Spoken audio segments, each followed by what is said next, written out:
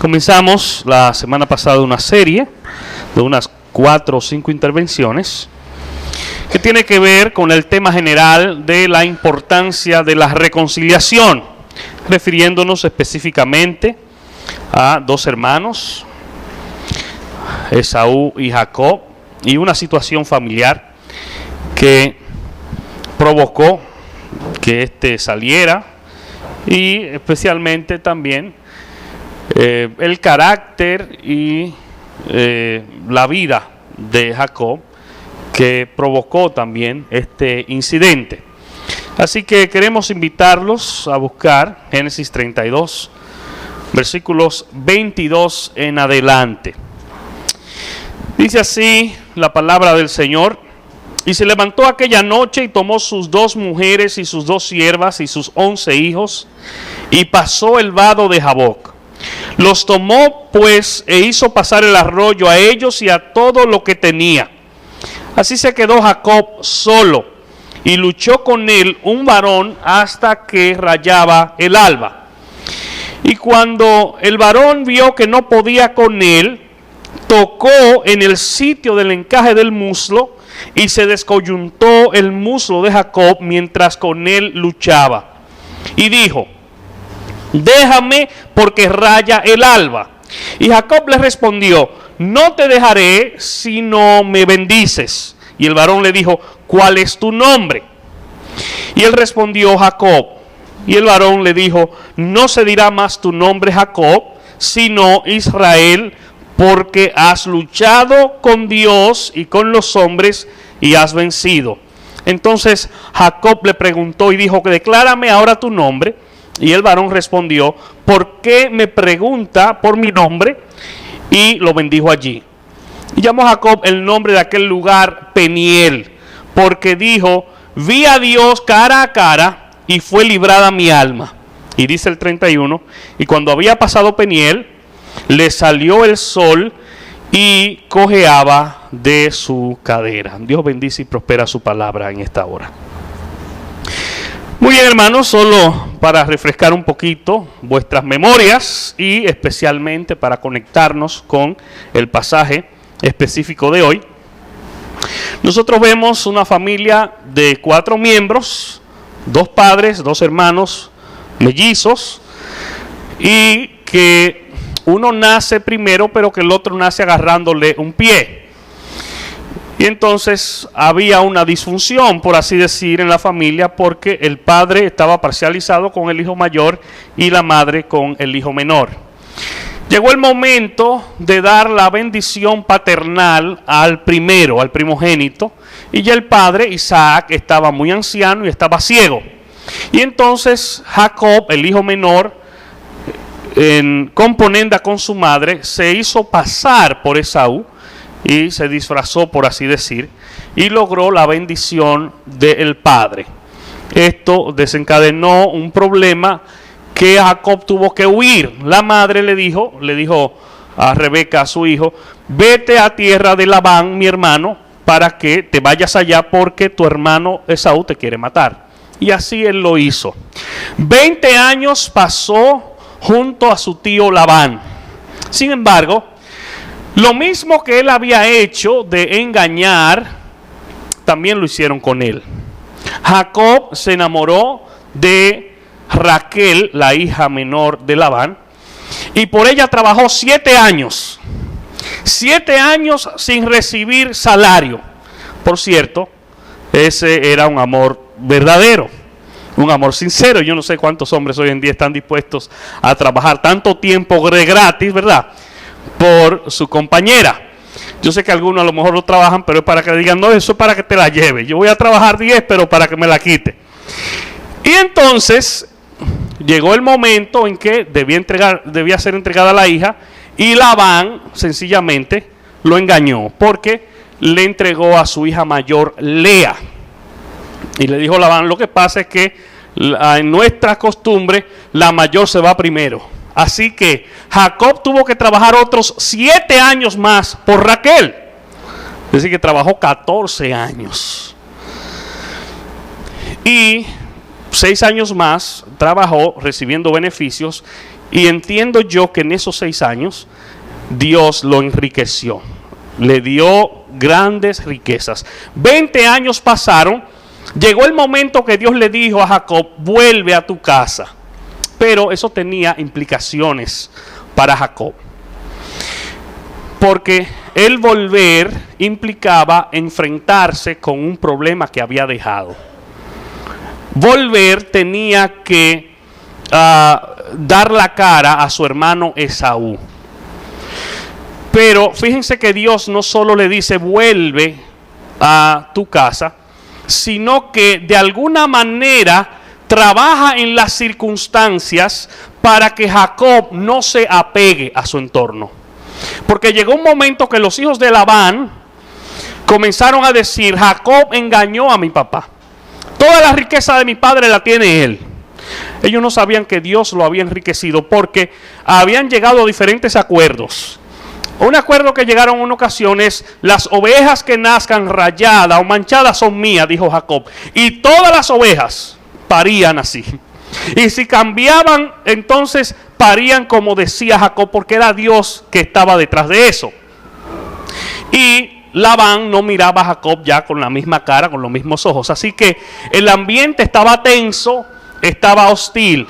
Y yo entiendo que Dios estaba detrás de eso, porque si le hubiese dejado las cosas cómodas y tranquilas, difícilmente él se iba a motivar a arreglar asuntos pendientes y a volver a su entorno. Así que Dios se le aparece, le manifiesta que está con él, pero a pesar de eso, Jacob tiene sus propios planes. Y veíamos que él tenía un plan A y tenía un plan B. Manda a decir a su hermano con una comisión: mira, yo vengo de regreso y tengo muchas riquezas, vengo en son de paz. Y de allá para acá escucha lo que menos quería escuchar. Le dicen: mira, le dimos el mensaje a tu hermano Esaú y él dice que él no te va a esperar, que él viene a encontrarte y que él no viene solo, él viene con 400. No lo dice la Biblia, pero yo creo que cuando le dieron esa noticia a Jacob, él se sentó a secarse el sudor, porque eso era lo que él no quería escuchar. Pero fíjense, hermanos, cómo muy a menudo las cosas, o cómo en ocasiones las cosas salen diferente a como nosotros queremos.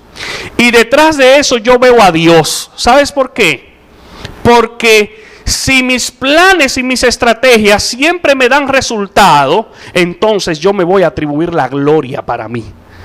Si Esaú recibe la comisión y le dice: oh sí, muy bien, dile que venga, que yo soy su hermano y lo perdono, él iba a decir: mi estrategia dio resultado, yo lo hice. Hermanos, y nosotros tenemos que estar muy conscientes de que si alguien, y si hay uno, que lo hay, que merece los méritos, la gloria, el reconocimiento en todo lo que logramos o tenemos, ese es el Señor. Y para que a Gedeón no le quedaran dudas, Gedeón va a la guerra contra una coalición, dicen algunos estudiosos, que sobrepasaba los 100,000. Gedeón tiene 30,000 y tantos, y Dios le dice: son muchos. Oiga eso, 30 para 100, estamos hablando de 3 para 1. Dios le dice: son muchos. Ese que va a pelear contra 3 es mucho todavía. Anúnciale que el que tenga temor se vaya. Y Gedeón le dice: miren, el que tenga miedo, madrugue y váyase. Yo creo que esa misma noche hubo un grupo que se fue. Dijeron: por si acaso mañana este hombre dice otra cosa. Y al otro día, 20 y tantos mil se fueron. Pero aún así Dios dijo: todavía quedan muchos. El caso es que van 300 prácticamente contra 100,000. Y finalmente Dios da la victoria, porque Dios confundió al ejército enemigo, haciéndole, pensando ellos de noche que Gedeón había atacado y que el que le quedaba cerca era un enemigo, y se mataron ellos mismos. Pero ¿sabes qué? La gloria fue de Dios. El plan A no le funciona a Jacob. Plan B, divido dos campamentos. Si viene y me ataca, hay uno que se salva. Pero finalmente él reconoce que no es con sus fuerzas ni con su capacidad. Y viene y se humilla delante de Dios. Así que me llama mucho la atención en este pasaje el hecho de que aunque Jacob tiene miedo, tiene temor, él lo había manifestado en su oración, él no retrocede. Aunque él tiene temor, él no aborta el plan. Aunque él tiene temor, él sigue hacia adelante. Porque él sabe que Dios está detrás de eso. Y él sigue, aún con miedo y temor, él sigue. Hubo algo muy sencillo que me pasó esta semana, un asunto muy sencillo, pero que saqué una enseñanza. En 2 ocasiones, días diferentes, me fui a parquear en un lugar y estaban llenos los parqueos, incluso algunos vehículos esperando que salieran otros. Y yo tenía entonces que irme a parquear lejos.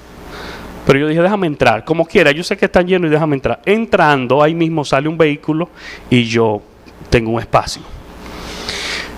Y un par de días después me pasó lo mismo y entré de nuevo. Y yo dije, mira, realmente nosotros muchas veces, por temor a lo que estamos viendo, por ver que las circunstancias no son conforme a lo que yo quiero, a lo que yo espero, muchas veces nosotros desistimos o muchas veces nos damos por vencidos. Así que muy a menudo o siempre debe ser nuestra línea, nuestra manera de proceder. Debemos saber que es necesario dar pasos en fe, dar pasos creyendo. Aunque yo veo que las cosas no están como yo quiero, yo entro porque yo sé que Dios la va a cambiar. Y con esto no estoy diciendo que siempre usted va a encontrar un parqueo en un lugar donde no hay. Pero lo que yo veo es que cuando entramos, aunque las cosas parecían diferentes, Dios cambia la realidad. Dios cambia la realidad. Así que Jacob está de paso. Tiene miedo, pero él sigue hacia adelante. Versículo 22 dice, él se levantó aquella noche y tomó sus 2 mujeres, por cierto. Quiero hacer la salvedad de que en ese tiempo la poligamia, un hombre con varias mujeres, era permitida. ¿Ok? Hoy no es permitida, por si acaso alguno quiere imitar a Jacob en eso. Sus 2 mujeres y sus 2 siervas y sus 11 hijos, y pasó el vado de Jaboc. Y era permitida, dice la Biblia, por la dureza del corazón del hombre. Porque Dios hizo un hombre para una mujer para un hombre. Cruzaron el arroyo de Jaboc. Y dice versículo 23, los tomó pues e hizo pasar el arroyo a ellos y a todo lo que tenía. Así que quedó Jacob solo y luchó con él un varón hasta que rayaba el alba. Él se quedó solo, pasó a su familia y se quedó solo. Y se quedó solo porque él sabía que necesitaba apartarse. Y se quedó solo porque él era el principal de toda esa gente y de todo lo que allí había. Pero se quedó solo porque él necesitaba de Dios. A Jesús, cuando leemos los evangelios, nosotros muy a menudo lo vemos que se aparta solo. Jesús ministra a multitudes, 5, 10, 15 mil. Pero Jesús está solo, apartado. Dice Lucas 5:15. Su fama se extendía más y más. Y se reunía mucha gente para oírle y para que le sanase de sus enfermedades. Mas él se apartaba a lugares desiertos y oraba. Hermanos, ahí yo veo la gran necesidad que en todo tiempo, especialmente en momentos de dificultades, tenemos que separarnos. Tenemos que apartarnos, tenemos que retirarnos con Dios. Jacob sabía que humanamente hablando él no podía hacerle frente a eso que se avecinaba, ¿verdad? Y que en lo humano él entendía que no iba a salir bien. Por eso él se refugia en el Señor. Yo no sé por qué situación tú estás pasando, pero yo sí sé que no hay una fórmula mágica de que hace esto y hace aquello. Yo sé por la Biblia que lo que tú y yo debemos hacer es lo que siempre hombres y mujeres de Dios han hecho: apartarse con Dios, ponerse en comunión con Dios, retirarse con Dios. Y eso lo hizo Jacob. Y miren lo que pasó en esta ocasión. Dice que luchó con él un varón hasta que rayaba el alba. Hubo una lucha. Hubo una lucha que no la buscó él. Hubo una lucha que no la procuró él. Hubo una lucha que incluso cambiaba su agenda. Porque la agenda de Jacob para esa noche era Esaú, punto número 1. Esaú, punto número 2. Esaú, punto número 3. Él tenía a Esaú en su cabeza. Pero ahora Dios se encarga de trastornar esa agenda. Ahora Dios se encarga de hacerle ver cuál es la prioridad. Que ciertamente la prioridad no era Esaú. Dios le hace ver, en primer lugar, que la prioridad es él mismo. Que el mayor problema en ese conflicto es el mismo Jacob. Y en segundo lugar, que él tiene que depositarse en los brazos del Señor. El mayor problema era él mismo. Y dice este pasaje que un varón luchó con él. Ahora dice Oseas, refiriéndose a ese mismo pasaje, que era un ángel. Oseas 12, 3 y 4 dice: en el seno materno, refiriéndose a Israel, tomó por el calcañar a su hermano y con su poder venció al ángel. Venció al ángel y prevaleció. Lloró y le rogó. Y entendemos que ese era el ángel de Jehová, el ángel de Dios, que en las apariciones del Antiguo Testamento, la mayoría coinciden que era la segunda persona de la Trinidad, era Jesucristo antes de la encarnación.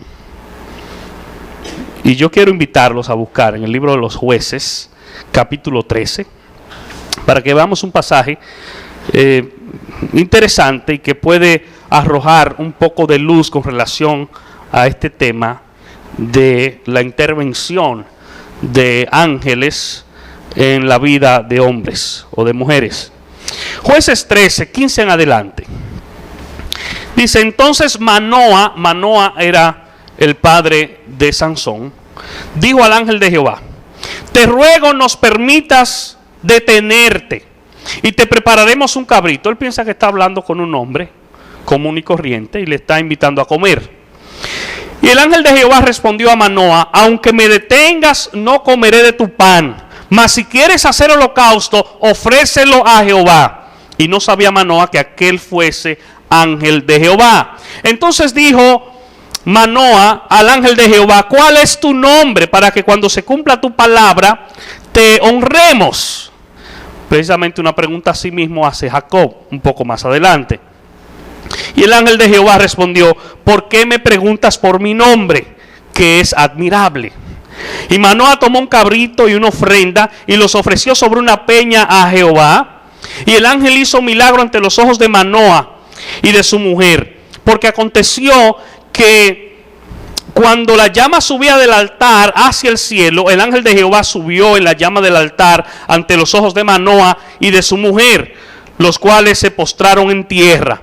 Y el ángel de Jehová no volvió a aparecer a Manoa ni a su mujer. Entonces conoció Manoa que era el ángel de Jehová. Y dijo Manoa a su mujer: ciertamente moriremos, porque a Dios hemos visto. Y su mujer le respondió: si Jehová nos quisiere matar, no aceptaría de nuestras manos el holocausto y la ofrenda, ni nos hubiera mostrado todas estas cosas, ni ahora nos habría anunciado esto. Hay una aparición del ángel de Jehová que entendemos que es la segunda persona de la Trinidad, es el Señor Jesús antes de ser encarnado. Así que Versículo 25 dice: cuando el varón vio que no podía con él, tocó el sitio del encaje de su muslo y se descoyuntó el muslo de Jacob mientras con él luchaba. Fíjense, hermanos, había una lucha física, pero había también una lucha espiritual, porque más tarde ahí está Jacob intercediendo, rogando, y ahí queda evidenciado la perseverancia y la insistencia de Jacob. Por cierto, luchar por tantas horas no es fácil. Yo no sé si cuando muchacho usted llegó a luchar con otros. Es un asunto que en 5 minutos usted se cansaba. Se cansaba. Una lucha olímpica tiene sesiones de 2 minutos porque uno se cansa por completo. Así que es un ejercicio muy agotador. Y no conocemos nosotros los detalles, ¿verdad? O todos los detalles de esta lucha. Solamente se nos dice que fue hasta el amanecer. Ahora, es una lucha de Jacob con el ángel de Jehová. Y aparentemente una lucha en la que Jacob o el ángel de Jehová no podía con Jacob. Sin embargo, es interesante ver que dice la palabra en este versículo que el ángel de Jehová tocó el muslo de Jacob. Lo tocó. ¿Y ustedes saben qué pasó? Hubo una lesión. Se descoyuntó, dice el muslo, solamente con tocarlo. Era una lucha en la que, si bien es cierto, había un ejercicio físico, la verdad es que el ángel de Jehová no quería actuar como tal. Era una lucha parecida a la de un papá y su niño. Yo no sé si usted llegó a luchar con su hijo o con su niño, que hay un momento que usted deja que su hijo le gane, ¿verdad? Y él piensa que le ganó y le dobla un brazo o lo tira en el suelo. Pero la verdad es que solamente con tocar el muslo de Jacob, dice que se descoyuntó el muslo, solo con tocarlo. Usted se imagina que le hubiera dado una patada. Yo creo que todavía hubiese estado en el aire. Solo con tocarlo. Pero me llama mucho la atención que aún lesionado físicamente hablando Jacob, él no se rinde. Él no se da por vencido. Él sigue. Versículo 26. Y dijo: déjame porque raya el alba. Pero ya Jacob tiene su muslo afectado. Y Jacob le respondió: no te dejaré si no me bendices. Si no me bendices, no te voy a dejar. Jacob estaba dispuesto a perder, si fuera necesario, las extremidades con tal de recibir una bendición de el ángel de Jehová. Ahora, Jacob sabe que con quien está luchando es el único que puede darle la bendición que él pedía. Es el único que puede ayudarlo. Y que él había obtenido una bendición antes, pero había sido a través de engaño. Él obtuvo la bendición paternal, pero fue a través de engaño. Él pidió una bendición en esa ocasión, y ahora vemos a Jacob aquí pidiendo otra bendición.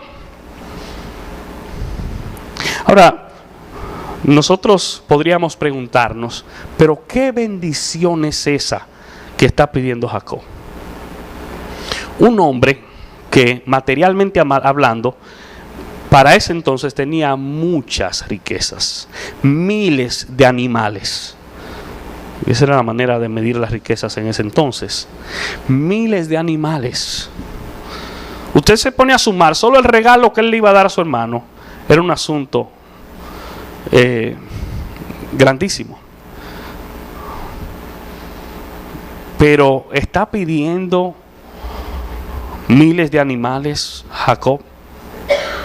¿Cuál es esa bendición que él está pidiendo si lo tiene todo? Yo quiero decirte que la bendición de Dios no se limita solo a lo material. Lamentablemente hoy en día hay hasta predicadores y maestros que enseñan que la bendición de Dios es exclusivamente material. Y no es así. Jacob tenía riquezas y Jacob le está pidiendo a Dios, le está pidiendo al ángel una bendición. Él está diciendo: bendíceme. Si bien es cierto que lo material Dios se lo había dado, también es cierto que las bendiciones que él tenía, no todas las había conseguido en buena lid. Comenzando con la bendición de su padre. Él sabía que había cosas que no estaban claras en su vida. Pero él lucha, está afectado físicamente y él se aferra porque él quiere una bendición. Y miren, ¿cuál fue el resultado? Versículo 27. El varón le dijo: ¿cuál es tu nombre? Fíjense qué interesante. Jacob dice: si no me bendices, no te vas. El ángel de Jehová no le dice: ¿cuántas ovejas tú quieres? El ángel de Jehová no le dice: ¿cuántos camellos tú quieres? El ángel de Jehová no le dice: ¿qué porción o qué extensión de tierra tú deseas? No. Porque Dios sabe, primero, que Él lo ha enriquecido, porque fue Él que le dio riquezas. Pero Dios sabe que por encima de eso hay una bendición mayor. Y hay una bendición que Él necesitaba. Y hay una bendición que está asociada con su nombre. Y hay una bendición que está asociada con su pasado. Nosotros hoy en día ponemos nombres fijándonos en artista, en actriz y así por el estilo. Pero para los judíos, sobre todo en ese contexto, el nombre era sumamente importante. El nombre de una persona hablaba del carácter de esa persona. Hablaba incluso de la situación momentánea y futura de esa persona.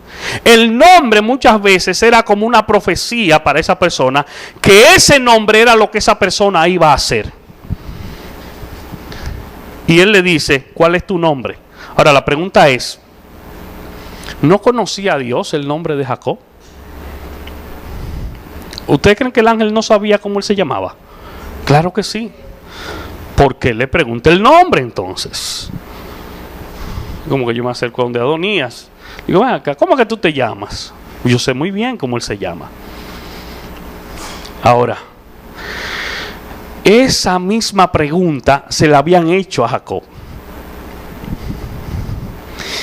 ¿Y ustedes saben quién le hizo esa pregunta? En una ocasión, su padre. Su padre Isaac, un anciano ciego. Cuando Jacob vino disfrazado de Esaú con su ropa y en las partes que tenía descubiertas se puso a pelos de ovejas,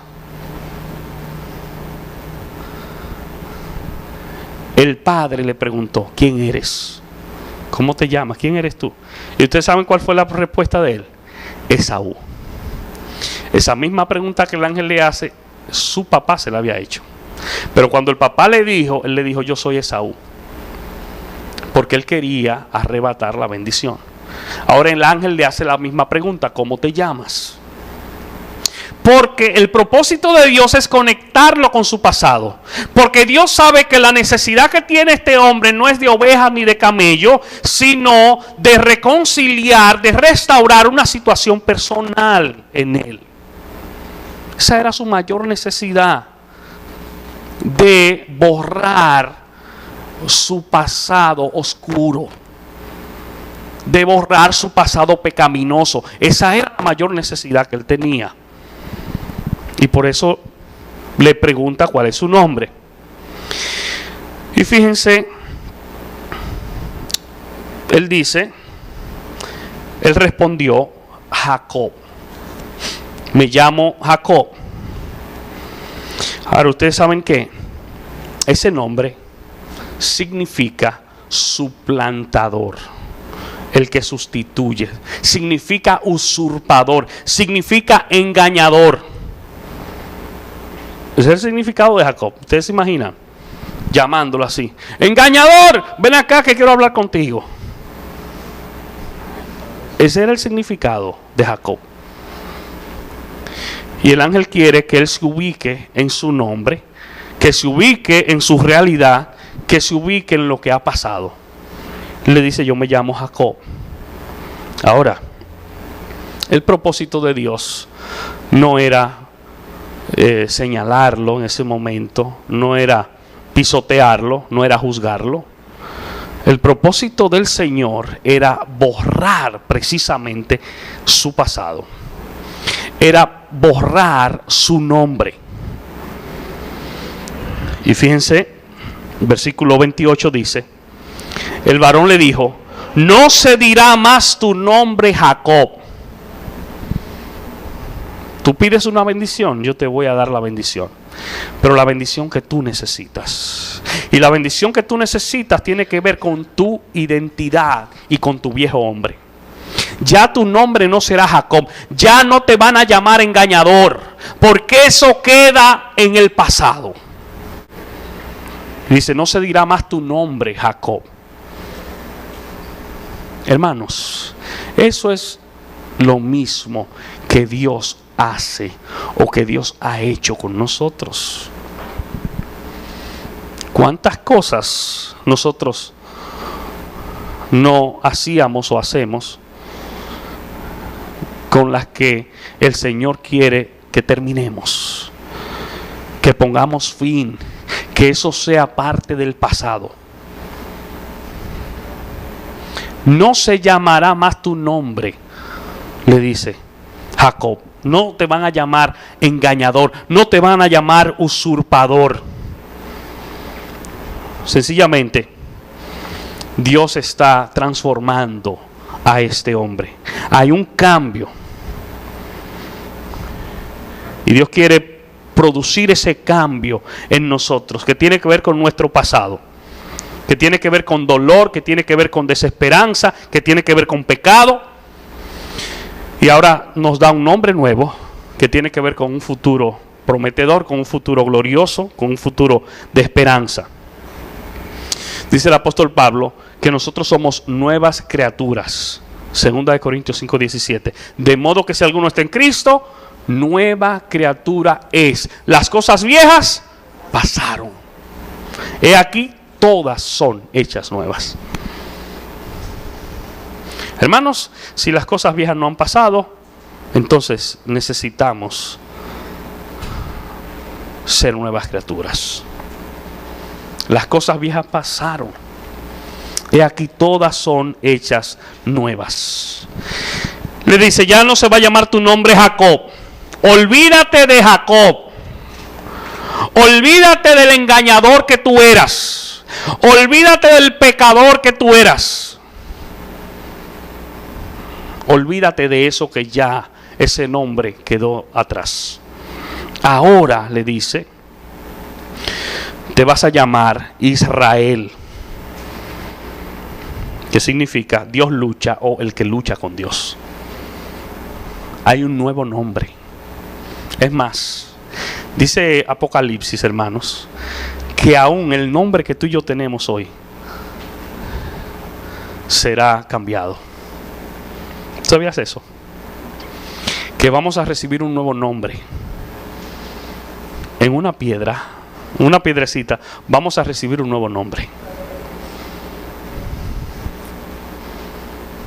Y yo creo que de alguna manera estará asociado con lo que seremos en el Señor.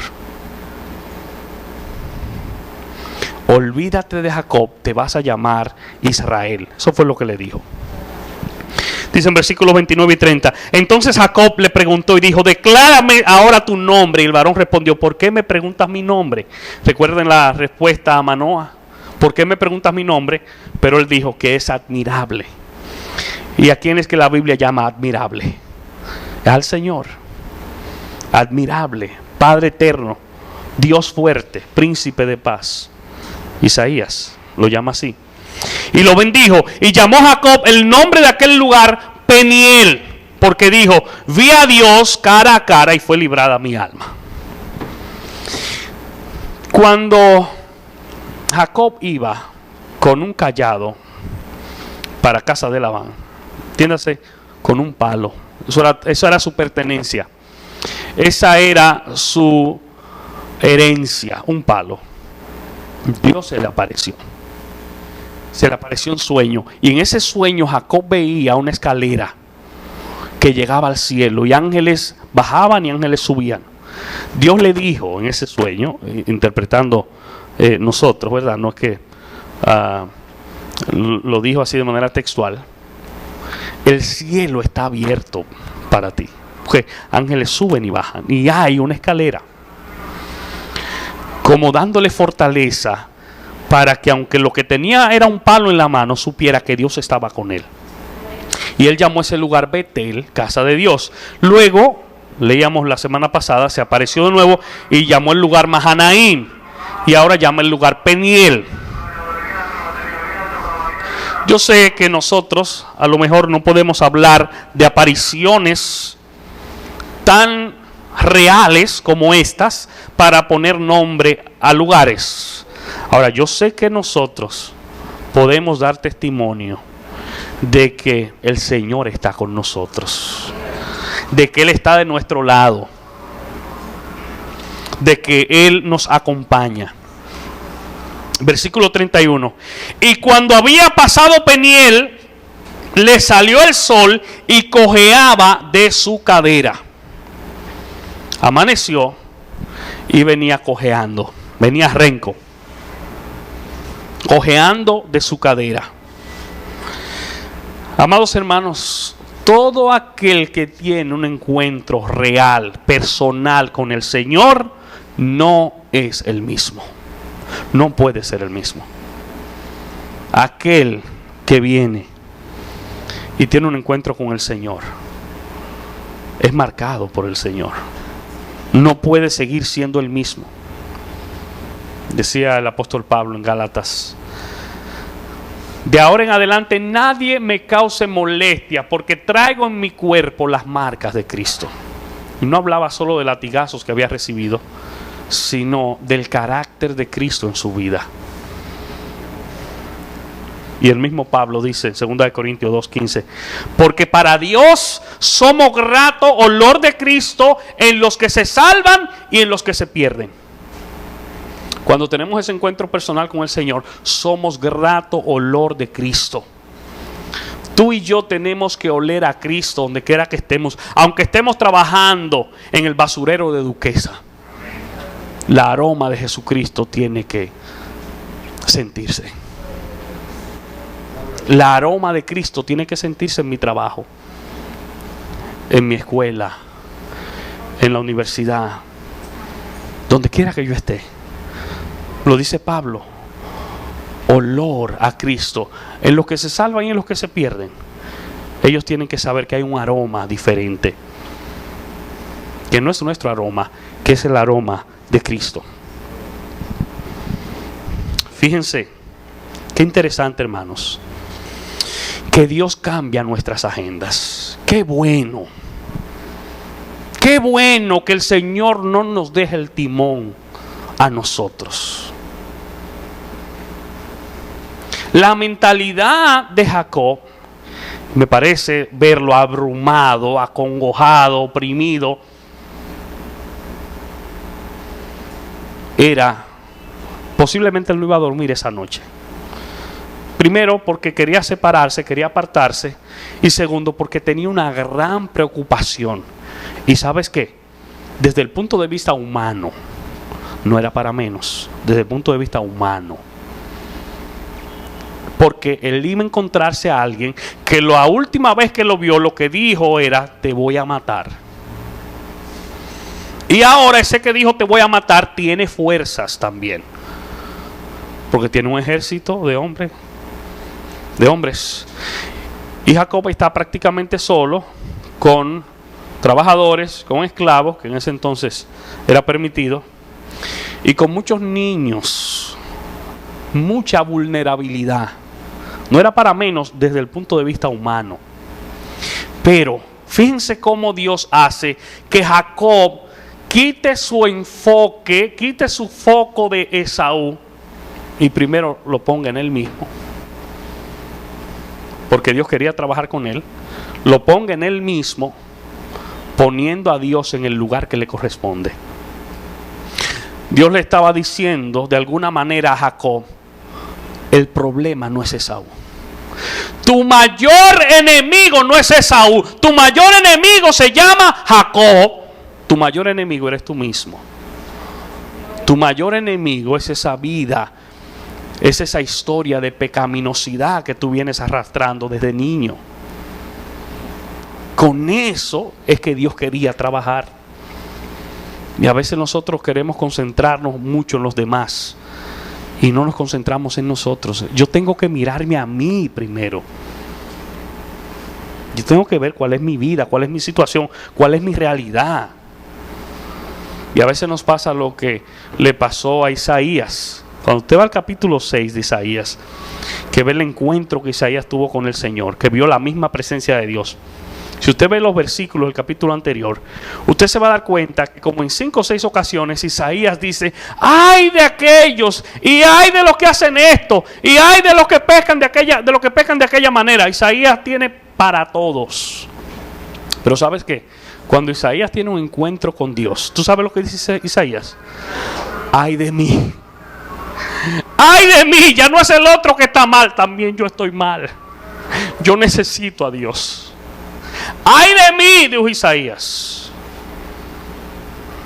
Así que Dios le cambia la agenda a Jacob, que está concentrado solo en su hermano Esaú, cuando el problema principal es el mismo Jacob.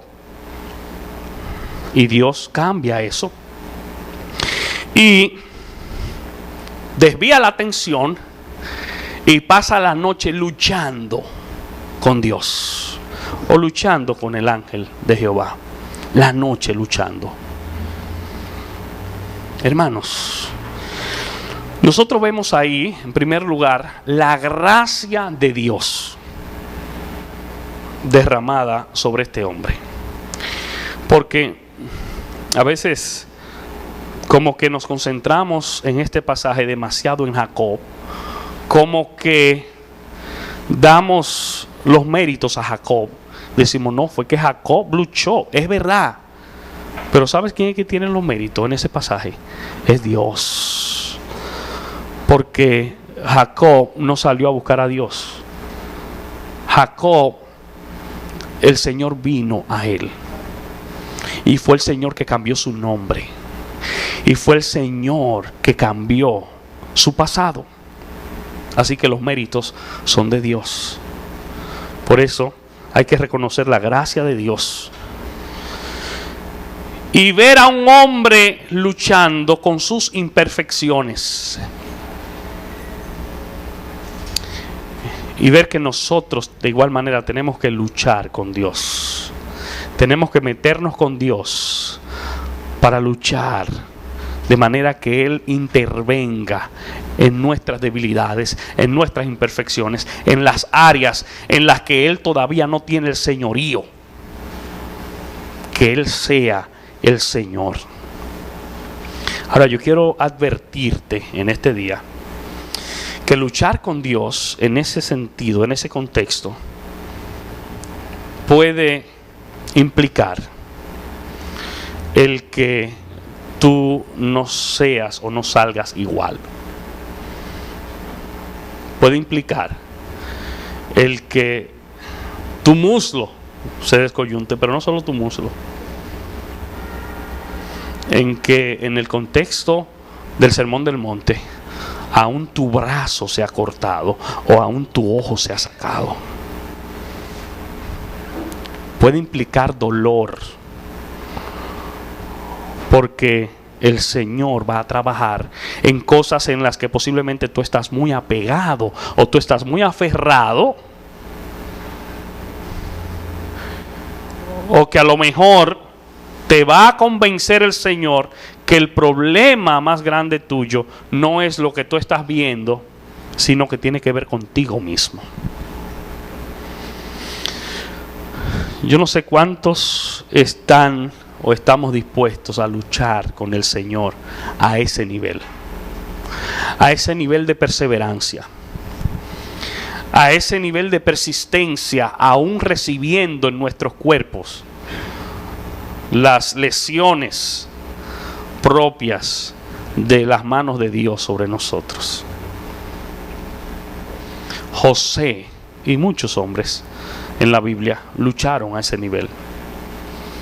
No cuerpo a cuerpo en el caso de Jacob, pero sí sufriendo los embates que Dios permitía en sus vidas para lograr lo que él se había propuesto. Sus mismos hermanos le venden, le levantan una calumnia, se olvidan de él, pero Dios estaba con él. Lo que pasó con Job, de igual manera. Lo que quiero decirte en este día es que si estás dispuesto a luchar a este nivel, que debemos tener bien claro que el dolor puede ser parte de las consecuencias, pero para bien, porque el Señor quiere borrar el nombre de Jacob, porque el Señor quiere borrar tu pasado y hacer de ti una nueva criatura. Tu problema no es Esaú, tu problema no es tu vecino, tu problema no es tu vecina, tu problema no es tu jefe, tu problema no es tu profesor. Tu mayor problema eres tú mismo. Eres tú mismo.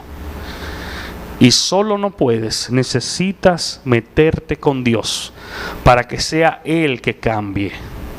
Fíjense que no fue el mismo Jacob que dijo, de hoy en adelante yo no me llamo Jacob. No, él no podía hacer eso. Dios fue quien produjo el cambio en él. Dios es quien quiere producir el cambio en ti y en mí.